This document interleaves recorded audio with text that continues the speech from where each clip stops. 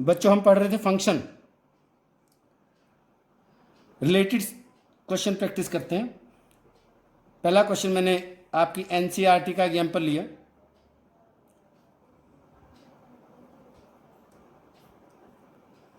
बड़ा इंटरेस्टिंग है। What he says, A be the set of all the 50 students of class 10। Class 10 के 50 students का set है ए। ये ए जो कि डोमेन का एलिमेंट बनेगा। And function from A to N, वो जो 50 स्टूडेंट्स हैं ये डोमेन का एलिमेंट्स बनेंगे और उनके जो रोल नंबर्स हैं वो कोई भी नेचुरल नंबर 1 2 3, जैसा कि बच्चों का रोल नंबर होता है। नेचुरल नंबर्स आप सबको मालूम है इनफाइनाइट होते हैं नेचुरल नंबर्स। तो 50 तक तो रोल नंबर चले जाएंगे क्योंकि 50 स्टूडेंट्स हैं। किसी बच्चे का रोल नंबर, किसी एक्स स्टूडेंट का रोल नंबर 1 होगा, फिर किसी दूसरे स्टूडेंट का रोल नंबर 2, रोल नंबर 3। लेकिन यहाँ को डोमेन में कितने एलिमेंट पड़े हैं? Infinite natural numbers. ये डोमेन, ये को domain. So that this function is 1 1 but not on 2, so that f is function is 1 1 but not on 2। आप सबको मालूम है, पहले समझ लें फिर लिखेंगे कि सॉल्यूशन लिखना कैसे है। बच्चों यहाँ सेट ए है, इसमें 10th क्लास के स्टूडेंट्स हैं एक्स के नाम से, एक्स आई लिख दें, x1 x2 जो भी 50 स्टूडेंट्स हैं। और यहाँ जो मेरे पास बी सेट है, यहाँ नेचुरल नंबर्स हैं जो बच्चों के रोल नंबर्स हैं, इनफाइनाइट नेचुरल नंबर्स हैं। और ये फंक्शन है, मुझे बताना है कि ये 1 1 है, खुद ही कह रहा है 1 1 है और ये ऑन 2 नहीं है। सो 1 1 की डेफिनेशन है कि यहाँ का एक एलिमेंट की एक ही इमेज होगी। No two different student can have the same roll numbers. किन्हीं दो अलग अलग स्टूडेंट्स का एक ही रोल नंबर कभी नहीं हो सकता, आप सबको मालूम है। सो देयरफॉर जब ऐसा हो नहीं सकता कि कोई दो एलिमेंट इधर के 1 एलिमेंट से नहीं जुड़ेंगे, इसका मतलब फंक्शन कौन हो गया? 1 1। सो देयरफॉर सॉल्यूशन में लिखेंगे we know that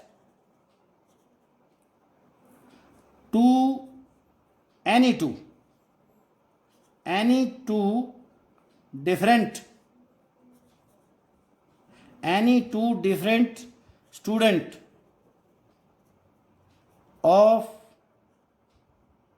the class cannot have same roll number, therefore function is 1 1। किन्हीं दो अलग अलग स्टूडेंट का एक ही रोल नंबर नहीं हो सकता, यानी कि दो एलिमेंट एक से कभी नहीं जुड़ सकते। जब ऐसा नहीं हो सकता, यहाँ के 2 या 2 से ज़्यादा एलिमेंट एक से नहीं जुड़ेंगे, तो उस केस में फंक्शन क्या बन जाएगा? 1 1। अब आपने ये दिखाना है कि ऑन 2 नहीं है, उसके लिए आपने क्या देना है? एग्जाम्पल देना है। किसी को गलत प्रूव करने के लिए एग्जाम्पल देना पड़ेगा। एग्जाम्पल देने के लिए आपको बी में से ऐसा एलिमेंट ढूंढो जिसकी प्री इमेज ना हो, यानी कि यहाँ कौन सा एलिमेंट ऐसा है जिसकी प्री इमेज नहीं है, जो किसी से जुड़ा हुआ नहीं है, जो किसी भी बच्चे का रोल नंबर नहीं है। अरे बच्चे कितने हैं बच्चों? 50। तो यहाँ 50 तक तो रोल नंबर होंगे। जो 51 यहाँ पड़ा है, 52 पड़ा है, 53 पड़ा है, 100 और 1000 पड़े हैं, बहुत सारे नेचुरल नंबर यहाँ पड़े हैं, उनकी किसी की प्री इमेज नहीं है क्योंकि वो किसी का रोल नंबर नहीं है। सो लिखेंगे 51 is not the roll number of any student of the class, therefore 51 has no pre-image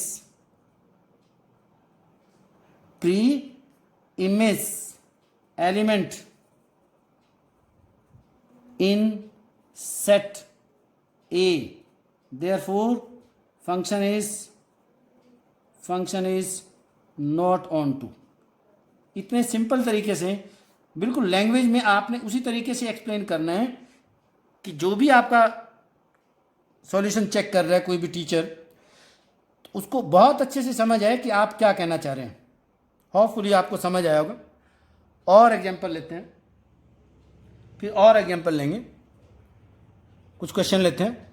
general function को डिस्कस करते हैं, जो मोस्टली हर बुक में आपको क्वेश्चन मिलेंगे, आपकी एनसीईआरटी में भी ये क्वेश्चन है। मैं सबसे पहले कोई फंक्शन ले रहा हूं, f x, greatest integer of x and a function from R to R, function from R to R मतलब डोमेन भी आर, कोडोमेन भी रियल नंबर्स। अगर वो ये ना भी लिखता तब भी अंडरस्टूड यही होता। जब वो मेंशन नहीं करता है ए और बी सेट को, तो उस केस में आर टू आर ही लेते हैं फंक्शन को। लिखा है अच्छी बात है, ना भी लिखता है तो हम आर टू आर ही लेंगे। इसके फंक्शन को कंसिडरेशन करें, आइए चेक करें ये 1 1 है कि नहीं है। पहले तो आपको ग्रेटेस्ट इंटीजर की नेचर मालूम हो, इसकी डोमेन क्या है, रेंज क्या है। आपको मालूम है कि 1.1 रखने से इंटीजर वैल्यू 1 बनेगी। थोड़ा सा एक्सप्लेन कर दूं जिन बच्चों को नहीं अच्छे से आता। 0 1 2 -1 -2, ये माइनस इनफाइनाइट तक रियल लाइन थी, या इनफाइनाइट कोई है। 0 से 1 के बीच में जितने भी इनफाइनाइट रियल नंबर्स हैं, 0.1 0.2 0.3, सबकी इंटीजर वैल्यू बच्चों 0 बनेगी। 0.999 की भी इंटीजर वैल्यू 0 बनेगी। ग्रेटेस्ट इंटीजर 7.3 की ग्रेटेस्ट इंटीजर वैल्यू 7 आएगी। -2.9 इसकी ग्रेटेस्ट इंटीजर वैल्यू -3 आएगी। आपका -2.9 यहाँ है, यहाँ पे -3 है, -2.9 इंटीजर वैल्यू। इन सब की ग्रेटेस्ट इंटीजर, इस सब में, इसमें ग्रेटेस्ट इंटीजर सबसे बड़ा इंटीजर कौन है, इंटीजर 7। इसमें ये आएगा, इन सब की ये आएगी, इन सब की -1 आएगी, -2 से और -1 के बीच में -2 आएगी। -2.9 कहाँ है, यहाँ पे कहीं एग्जिस्ट करता है, तो कौन बनेगी, -3, क्योंकि माइनस में -3 -2.9 से छोटा होता है। सो ये राउंडिंग नंबर्स नहीं है, कहीं आप कंफ्यूज करें। डेसिमल हट जाएगा पॉजिटिव में तो, और नेगेटिव में वो आगे चला जाएगा -3 पे, जैसा कि यहाँ ये होता है ग्रेटेस्ट इंटीजर। यहीं मैं आपको एक वर्ड लीस्ट इंटीजर भी सिखा दूं। लीस्ट इंटीजर वो ऐसे लिखते हैं, लीस्ट इंटीजर ऑफ 7.3, इसकी लीस्ट इंटीजर वैल्यू 8 आएगी। लीस्ट इंटीजर ऑफ -2.9, इसकी इनसे रिवर्स है बिल्कुल, ये ग्रेटेस्ट है, ये लीस्ट इंटीजर है, और -2.9 की -2 आएगी। आपने सिर्फ मोस्टली ग्रेटेस्ट इंटीजर को ही हम डिस्कस करते हैं। ग्रेटेस्ट इंटीजर को अच्छे से समझ लिया है। लीस्ट इंटीजर को सिर्फ इतना याद रखना है कि जो पॉजिटिव नंबर का ग्रेटेस्ट इंटीजर देखते हैं वो तरीका लीस्ट इंटीजर नेगेटिव नंबर का देखने का है, क्योंकि उसका रेसिप्रोकल है, इनवर्स है। जो नेगेटिव नंबर का ग्रेटेस्ट इंटीजर देखने का तरीका था, वो पॉजिटिव जो वैल्यूज हैं, पॉजिटिव रियल नंबर्स हैं, उनका जो देखने का तरीका है वो लीस्ट इंटीजर का देखने का तरीका। ये हमारे पास ग्रेटेस्ट इंटीजर है, ग्रेटेस्ट इंटीजर। सो आइए चेक करें फंक्शन 1 1 है या नहीं है। अब आप चेक करें, आपको क्लियर हो गया है।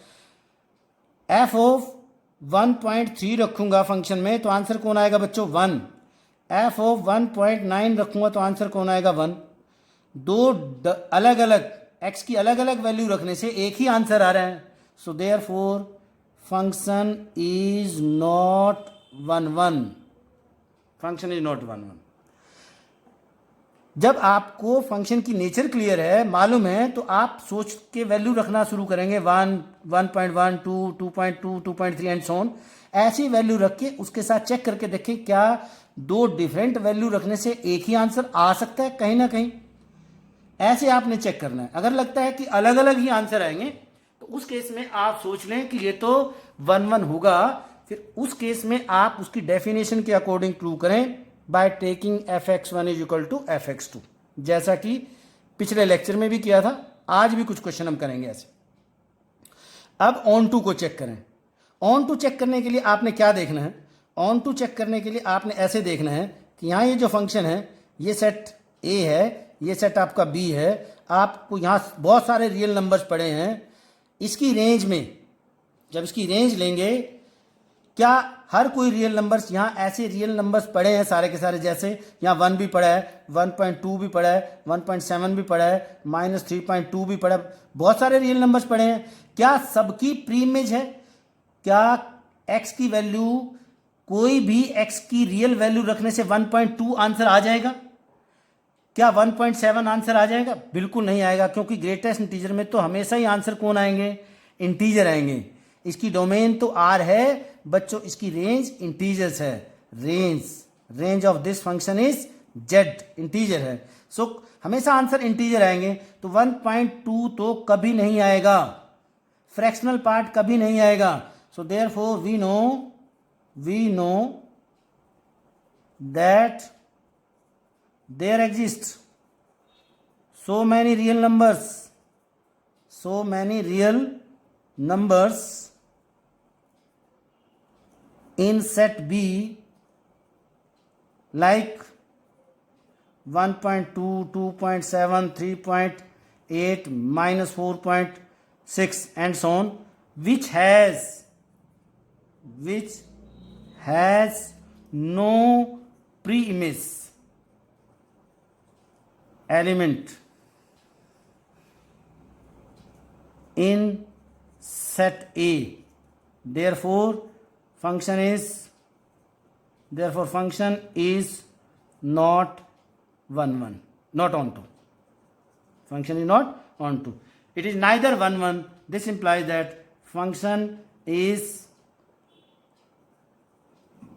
neither 1 1 nor onto, neither injective nor subject. ये कंप्लीट हुआ।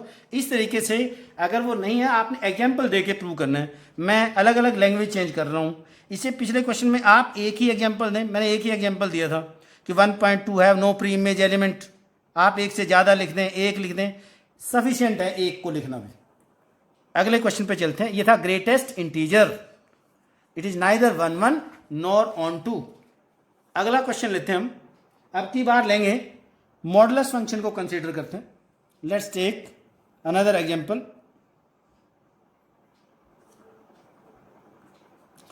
fx is equal to modulus of x लेते हैं। मॉडुलस फंक्शन सब बच्चों को मालूम है, modulus x।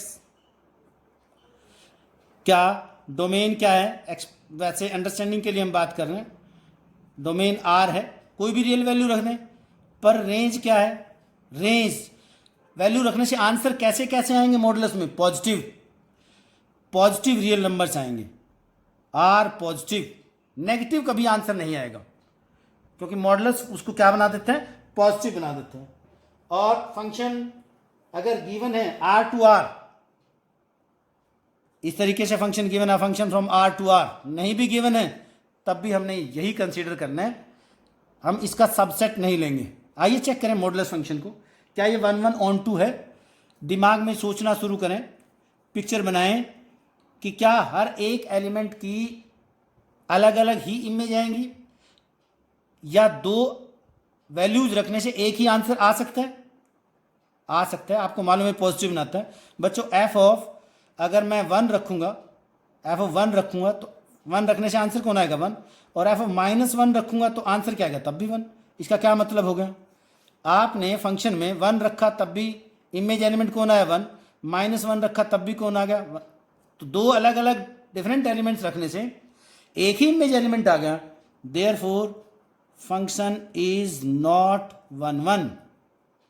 Now onto को चेक करें। ऑन टू को चेक करें, यहां कौन है? Real numbers. Set A set B में कौन है? Real numbers. यानी कि यहाँ -3 भी पड़ा है, -7 भी पड़ा है, -3.5 भी पड़ा है, बहुत सारे एलिमेंट पड़े हैं। कभी भी कोई भी वैल्यू रखने से, पॉजिटिव और नेगेटिव वैल्यू रखने से फंक्शन के अंदर आंसर नेगेटिव कभी नहीं आएगा। इसका मतलब हुआ कि इन नेगेटिव एलिमेंट्स की कोई भी इमेज नहीं है। So there exist again same solution. as there exist many elements, many real numbers like, बताओ कौन कौन है वो, -3, -5, -7, -2.3 dash dash, which has no pre-image in set A, therefore function is not onto. This implies function is neither 1 1, hence function is neither 1 1 nor onto. General function हमें समझ आए। पहले आपकी एनसीईआरटी में भी क्वेश्चन है, दूसरी रेफरेंस बुक्स में भी ये क्वेश्चन आपको मिलेंगे। एक और एग्जांपल लेते हैं, अब की बार एक और एग्जांपल लेते हैं, सिग्नम फंक्शन। इनके नाम लिख लें आप, ये मॉडुलस फंक्शन। अब की बार लेते हैं सिग्नम।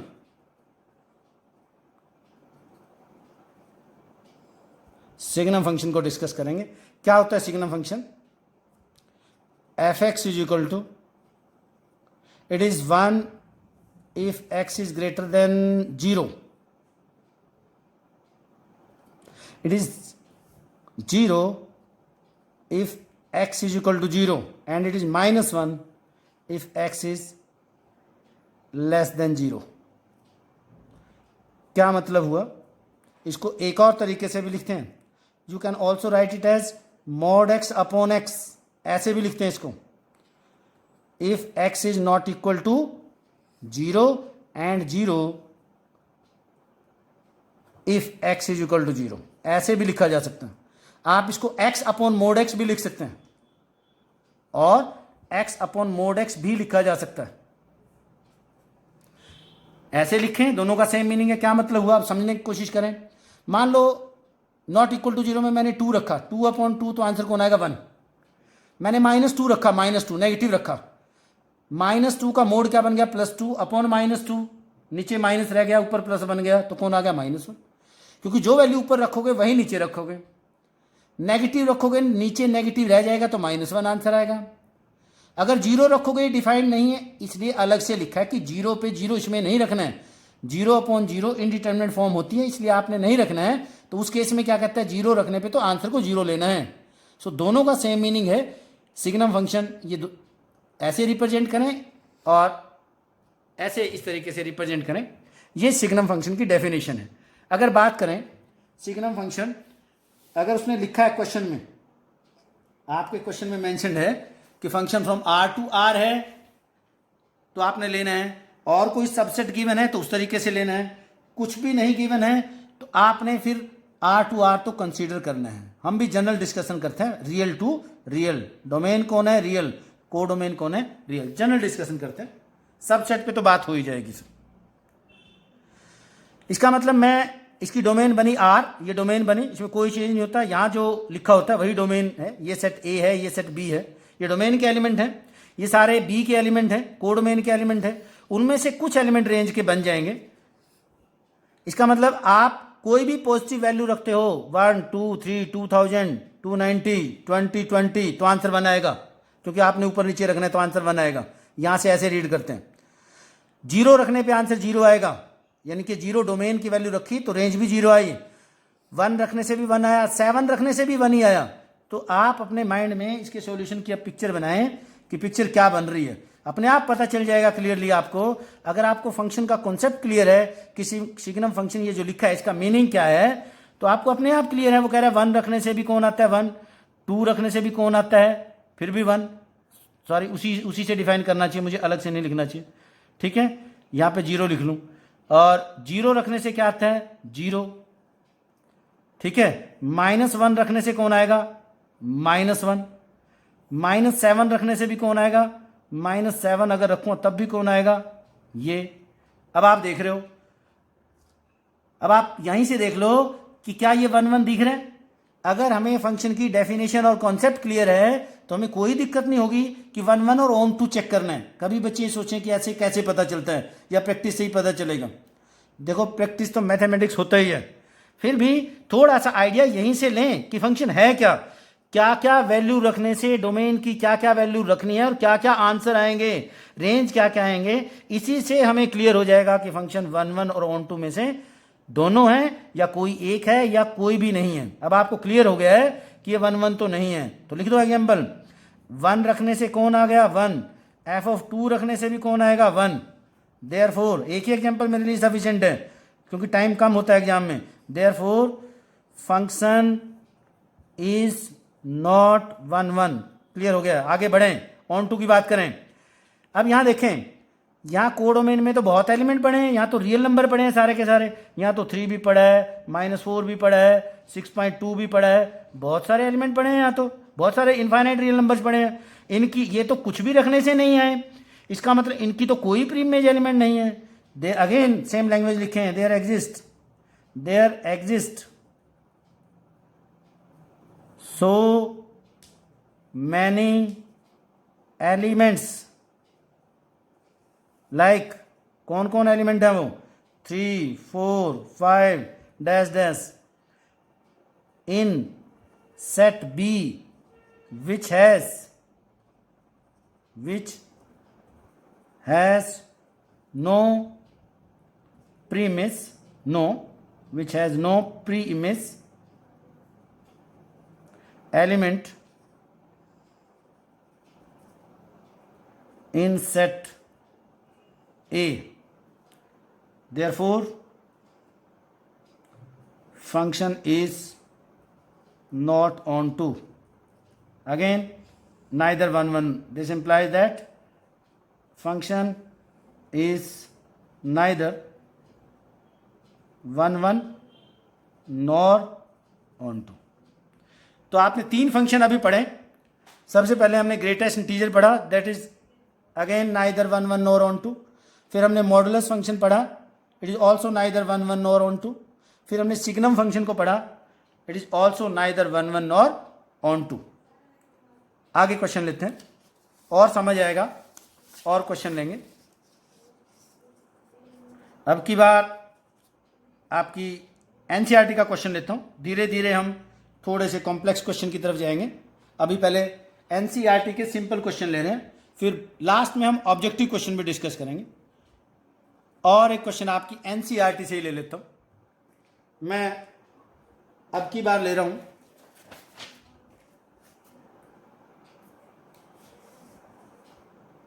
वहाँ आपका एनसीईआरटी में क्वेश्चन नंबर 9 है, मैं उसको डिस्कस कर रहा हूँ। वो क्या गिवन है, a function from n to n, थोड़ा सा चेंज करते हैं, a function from n to n, natural to natural, domain कौन है नेचुरल और कोडोमेन भी कौन है natural numbers, and it is defined by, वो रूल क्या है, वो फंक्शन क्या है, fn से लिखता है, मैं भी fn से लिख देता हूँ। फंक्शन क्या है, that is n+1/2 if n is odd, x की जगह n यूज कर रहा है, and it is n/2 if n is even. इस तरह का एग्जाम्पल भी आपके एनसीईआरटी में इंपॉर्टेंट है, उसको भी आप वहां से देख के समझेंगे। इस तरह क्वेश्चन इंपॉर्टेंट होता है। आइए इसको डिस्कस करें। State whether the function is bijective or not, state whether the function is bijective or not. Explain. आइए करें। बाइजेक्टिव कौन है, which is 1 1 as well as onto. Bijective function होता है जो 1 1 भी है और ऑन टू भी। इसका मतलब फिर हमने इस फंक्शन को 1 1 और ऑन टू चेक करना है। अब आप फंक्शन की नेचर को ध्यान से देख लें। कैसे देखेंगे? उसी तरीके से देखना है एग्जैक्टली। आपने वैल्यूज रखना शुरू करें और देखें कि क्या डिफरेंट वैल्यू रखने से एक ही आंसर आता है, फिर वो 1 1 नहीं बनेगा। अगर डिफरेंट आंसर आते हैं इसका मतलब वो 1 1 की तरफ जा रहा है। फिर हम ऑन टू को चेक करेंगे, ऑन टू में एलिमेंट को चेक करेंगे कि क्या कोई बी में एलिमेंट हमें मिल जाएगा क्या कि जिसकी प्री इमेज ना हो। चलिए चेक करके देखते हैं। यहाँ सेट ए और बी बनाए, वैल्यूज रखना शुरू कर देते हैं ए और बी की, कैसे कैसे आंसर आएंगे। मॉडुलस, ग्रेटेस्ट इंटीजर, उसमें भी हमने कोई ना कोई वैल्यूज रखनी है, यहाँ से वैल्यूज उठानी है। आप वैल्यूज रखना शुरू करें 1 2 3 या बीच में से ले लें डेसिमल्स में 1.1 1.2, एक दो वैल्यूज रखें और इसमें चेक करें कि ये कैसे कैसे एलिमेंट्स देगा फिर हमें रेंज की फॉर्म में। आइए यहाँ भी चेक करेंगे, बहुत आसान है। मैं नेचुरल नंबर ही रखूँगा अब, क्योंकि आपकी डोमेन नेचुरल है। ऐसा नहीं है अब इस क्वेश्चन में आप 1.1 रख के देखें। यहाँ से देखना है कि आप क्या क्या वैल्यू रख सकते हो, रखना शुरू करें और क्वेश्चन का सॉल्यूशन एग्जिस्ट हो जाएगा। मैं 1 रख के देखता हूँ। 1 को ना वोड रखना है तो इसमें रखना है। 1 रखा, एफ ऑफ 1 क्या आ गया? चलिए सॉल्यूशन का पार्ट ही बना लेंगे। 1 रखने से क्या बन रहा है? 1 + 1/2। It is 1 + 1/2 that is 1। अच्छा, अब एफ ऑफ 2 रखते हैं। बच्चों 2 रखा मैंने, नेक्स्ट नेचुरल नंबर रखा। 2 कहाँ रखूँगा? इसमें रखना पड़ेगा। वो क्या आएगा? 2/2। तो कौन आ गया? 1। अब मुझे आगे जाने की जरूरत ही नहीं है। 1 1 के लिए मुझे आगे जाने की कोई ज़रूरत नहीं है, क्योंकि दो डिफरेंट एलिमेंट रखने से एक ही आंसर आ गया। मैंने 1 रखा, कौन आ गया? 1। और मैंने 2 रखा, फिर भी कौन आ गया? फिर भी 1 आ गया। सो दो डिफरेंट एलिमेंट की एक ही इमेज हो गई, तो फंक्शन 1 1 नहीं है। देयरफॉर यही लिख दो, फंक्शन इज नॉट 1 1। अब ऑन टू को चेक करेंगे। अब यहाँ कौन पढ़े हैं आपके बी सेट में? 1 2 3 4 dash dash infinite natural numbers पढ़े हैं, यहाँ भी पढ़े हैं ऐसे ही। अब आप अगर यहाँ से अभी भी आपको कन्फ्यूजन है, आप 2-3 वैल्यूज और रख के देख लें, पर यहाँ से बाहर ना निकलें, नेचुरली रख के देख लें। 3 रखोगे आप, ऑड में रखेंगे 3 + 1/2, 3 + 1/2 3/2 आएगा। और 3 यहाँ रखेंगे तब 4 रखेंगे यहाँ पे, यहाँ आएगा 4/2। इसका क्या मतलब हुआ? तो जब आपने वैल्यू 3 रखी और नंबर 3 रखा, 3 + 1 रख के देख लें आप। एफ ऑफ 3 रख के देखते हैं, एफ ऑफ 3 क्या बना? It is 3 + 1/2। तो बच्चों 4/2, तो कौन सा क्या आंसर आया? It is 2। फिर मैं 4 रखता हूँ, एफ ऑफ 4, फिर आंसर क्या आता है? 4/2, क्योंकि 4 इवन है, वो इसमें रखना पड़ेगा। वो भी क्या आ रहा है? 2। तो क्या आंसर निकल के आ रहा है? आपने कॉन्जिक्यूटिव 4 नेचुरल नंबर रखे हैं, एक ऑड एक इवन रखते हो तो वही आंसर आता है। जो अगला नेक्स्ट ऑड और नेक्स्ट इवन रखते हैं तब भी वही आंसर आ रहा है। और आंसर किस फॉर्मेट में आ रहा है? नेचुरल नंबर्स, यानी कि आपका आंसर कोई फ्रैक्शन में नहीं आ रहा, ऐसा कोई आंसर नहीं आ रहा। इसका मतलब सारे के सारे नेचुरल नंबर्स ऐसे एग्जिस्ट करते जाएंगे। सारे के सारे रेंज जो एलिमेंट है आपके सारे नेचुरल नंबर आएंगे। आप 5 6 7 8 रखते जाएंगे, मुझे रख के दिखाने की जरूरत नहीं है। एंड सो ऑन लिख दिया। इसका क्या मतलब हुआ? ऑन टू फंक्शन लग रहा है कि फंक्शन ऑन टू है।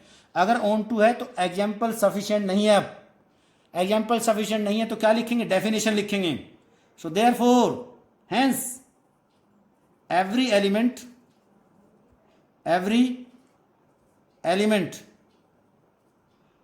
in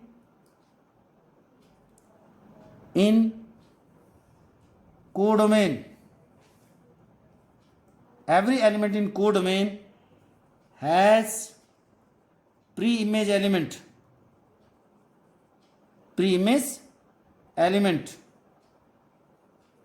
therefore function is on to. now overall result क्या हुआ? it is not 1 1 but it is onto. 1 1 नहीं है लेकिन ऑन टू है। सो ये इसका सॉल्यूशन हुआ बच्चों।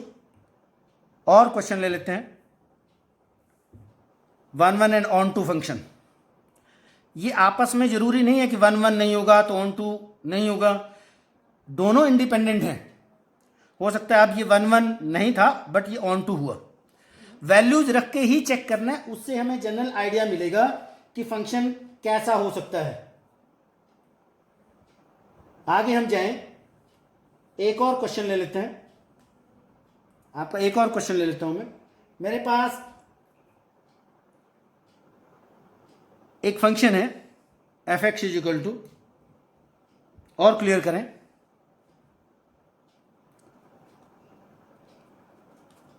F x is equal to x square ले लेते हैं, जनरल डिस्कशन करते हैं। F x is equal to x square, और अलग अलग डिफाइन करते हैं। It is given that a function from N to N and this function from N to N. मैं नेचुरल नंबर रखूंगा, नेचुरल नंबर ही आंसर आएंगे। अब हम जनरल डिस्कशन करेंगे यहां से। आप क्या पाएंगे सॉल्यूशन में, देखें, अगर मैं 1 रखता हूं, रखना शुरू कर दें, बस नेचुरल रखना शुरू करें। सॉल्यूशन पार्ट में देखें, अगर मैं बच्चों 1 रखता हूं तो आंसर कौन आएगा 1। अब मैं -1 नहीं रख सकता, फिर मैं क्या रखूंगा 2, फिर आंसर क्या आएगा 2 का स्क्वायर, ये कौन आएगा 4। फिर मैं क्या रखूंगा 3, वो क्या आएगा 3 का स्क्वायर, वो कौन आएगा 9। क्या देख रहे हैं, डिफरेंट नेचुरल नंबर रखने से, डिफरेंट नेचुरल नंबर रखे, एक्स की डिफरेंट वैल्यू रखी तो वाई की वैल्यूज, ये वाई की वैल्यूज हैं जो रेंज के, सारी डिफरेंट आ रही हैं। अब मैं जनरलाइज करके अपने माइंड से ही सोचूंगा, ऐसे रखता जाऊंगा तो वैल्यू हमेशा अलग अलग डिफरेंट नेचुरल नंबर्स के स्क्वायर डिफरेंट आते रहेंगे। सो इसका मतलब देयरफॉर इससे क्या निकल के आएगा, therefore function is, hence function is 1 1। इस केस में फंक्शन क्या बन गया 1 1 बन गया। और 1 1 अगर प्रूव करना है, प्रूव वैसे ही करना पड़ेगा। कैसे, ये प्रूव नहीं हुआ, ये आपको आइडिया मिला कि फंक्शन 1 1 है कि नहीं, और आप अपने सॉल्यूशन में उसकी डेफिनेशन के साथ, उसके प्रूफ के साथ एग्जाम्पल भी लिख के दे दें तो बहुत अच्छी बात है। आप क्या लिखेंगे, आप इसको यूं प्रूव करेंगे, f x one is equal to f x two, therefore x one square. Function में आप x को x1 से रिप्लेस करें या x2 से रिप्लेस करें तो यहां से कौन आ जाएगा। सो देयरफॉर यूं भी सॉल्व कर सकते हैं, x1 square minus x2 square is equal to 0, x1 plus x2 into x1 minus x2 is equal to 0। This implies x1 minus x2 is equal to 0 because x1 plus x2 is not equal to 0 for x1 comma x2 belongs to natural number। बच्चों दो natural number का सम कभी 0 आ जाएगा कि नहीं, दो natural numbers का सम कभी भी 0 नहीं आएगा। So therefore x1 minus x2 हो सकता है इसने 0 बनाया हो। So this implies x1 is equal to x2। इसे क्या हो गया x1, hence function is 1 1। This implies the function is 1 1। ऐसे प्रूव करना है, एग्जाम्पल से आइडिया लिया कि फंक्शन 1 1 है कि नहीं, लेकिन आपको प्रूव ऐसे करना पड़ेगा। अब इसी क्वेश्चन में मैं आपको ये जो फंक्शन है यहां चेंज कर देता हूं। रूल यही है फंक्शन का, इसकी डोमेन और कोडोमेन को चेंज करें। अब की बार z टू z ले लें। देखो इसका अपना रूल है z टू z। अब मैं क्या करूंगा, मैं f(1) रखूंगा तो आंसर कौन आ गया 1। मैं एक नेगेटिव रखूंगा, -1 रखने से भी कौन आ गया 1। This implies function is not 1 1। अब ये 1 1 नहीं है। अब ऑन टू को चेक करना है, इसमें ऑन टू को चेक करें। ऑन टू में आप ये चेक कर लें, आप सिर्फ सिंपली डायग्राम में ये चेक करें कि यहां कौन एलिमेंट है, यहां कौन है इंटीजर्स, बी सेट में कौन है इंटीजर्स। सो आपके आंसर्स कौन आ रहे हैं पॉजिटिव। एक्स स्क्वायर है रूल, सारे पॉजिटिव आएंगे। -1 तो कभी नहीं आएगा, -3 कभी नहीं आएगा, -2 कभी नहीं आएगा। So therefore there exist so many negative numbers in B which have no pre-images in A, hence the function is not onto. So therefore -1 has no pre-image in A, therefore function is not onto। यहां भी आप onto check कर सकते हैं। कैसे, यहां भी आप चेक कर लो। आप अपने फंक्शन में ये देखो, कि यहाँ सेट ए है, ये सेट बी है, ऑन टू यहाँ कैसे चेक करेंगे? 1 2 3 डैश डैश, या 1 2 3 4 5 नेचुरल नंबर्स पढ़े हैं कोडोमेन में, बहुत सारे नेचुरल नंबर। 1 रखने से 1 आ रहा है बच्चों, 2 रखने से एकदम 4 आया, 3 रखने से कौन आया? 9। इसका मतलब 3 तो मुझे कुछ भी रखने से नहीं आया। फिर आप यूं भी सोच लो 3 क्या रखने से आएगा? 3 क्या रखने से आएगा? अगर √3 रखोगे, √3 का स्क्वायर 3 आएगा। √3 आप रख ही नहीं सकते, क्यों? क्योंकि आपने जो डोमेन का एलिमेंट है नेचुरल नंबर है। इसका मतलब ये गारंटी हो गई कि 3 तो कभी नहीं आएगा। The element 3 has no pre image in set A, this implies function is not on 2। इस तरीके से आपने क्वेश्चन की वैल्यूज को रख के देखना है, क्वेश्चन की वैल्यू को रख के देखना है क्या क्या वैल्यूज आएंगी। शुरू में आपको थोड़ा सा लगेगा कि कैसे पता चल रहा है। जैसा भी फंक्शन गिवन है उसकी वैल्यूज को रखना शुरू करें, और डोमेन और कोडोमेन का दोनों का ध्यान रखने, क्या क्या आंसर रखने हैं और क्या क्या वैल्यूज फिर आएंगी, इन दोनों का आपने ध्यान रखना है। अगर आप रियल टू रियल रखेंगे, आप नेचुरल टू रियल भी रख सकते हैं। सो दोनों को देख के आप उसकी 1 1 और ऑन 2 को चेक कर पाएंगे। इस तरीके से हम फंक्शंस के 1 1 और ऑन 2 को चेक करते हैं। यहां मैं एक इंपॉर्टेंट नोट आपको लिखवा देता हूं, आप लिखना चाहें तो लिखें, बहुत इंपॉर्टेंट पॉइंट है। अगर किसी फंक्शन की रेंज कोडोमेन के इक्वल बन जाए, if range of the function is equal to codomain of the function, then function is always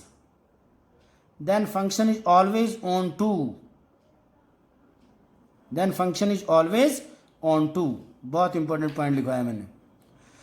If range of the function is as same as codomain of the function, then that function is always on 2।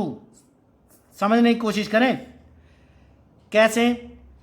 कि एक भी element, इसका मतलब जो range के element हैं, इसका मतलब वो तो सारे के सारे इमेज एलिमेंट हैं। किन के? जो सेट ए में गिवन एलिमेंट हैं उन सब के, तभी तो वो रेंज है। और रेंज वही बन गई जो कोडोमेन है। इसका मतलब एक भी फालतू एलिमेंट नहीं बना जिसकी प्री इमेज ना हो। So therefore in that case function will always be onto function. इसी को और अगर आगे बढ़ाएं, आप यूं भी कह सकते हैं, if range of the function is R, therefore यहां लिख रहा हूं, if the range of the function is R, then that function is always onto. एक और important point, if range of the function is R, means real numbers, then function is always on to। तब भी on to होगा। अब क्यों होगा? यहीं से चुराया। अरे रेंज अगर R बन गई, पूरा रियल नंबर बन गया, रियल से बड़ा क्या बनेगा? कोडोमेन। क्योंकि कोई भी फंक्शन हम R टू R से बड़ा नहीं पढ़ सकते, हम कॉम्प्लेक्स पे नहीं जाएंगे, सिर्फ रियल टू रियल ही हो सकता है। सेट ए और सेट बी में एलिमेंट R से ज़्यादा नहीं हो सकते हैं।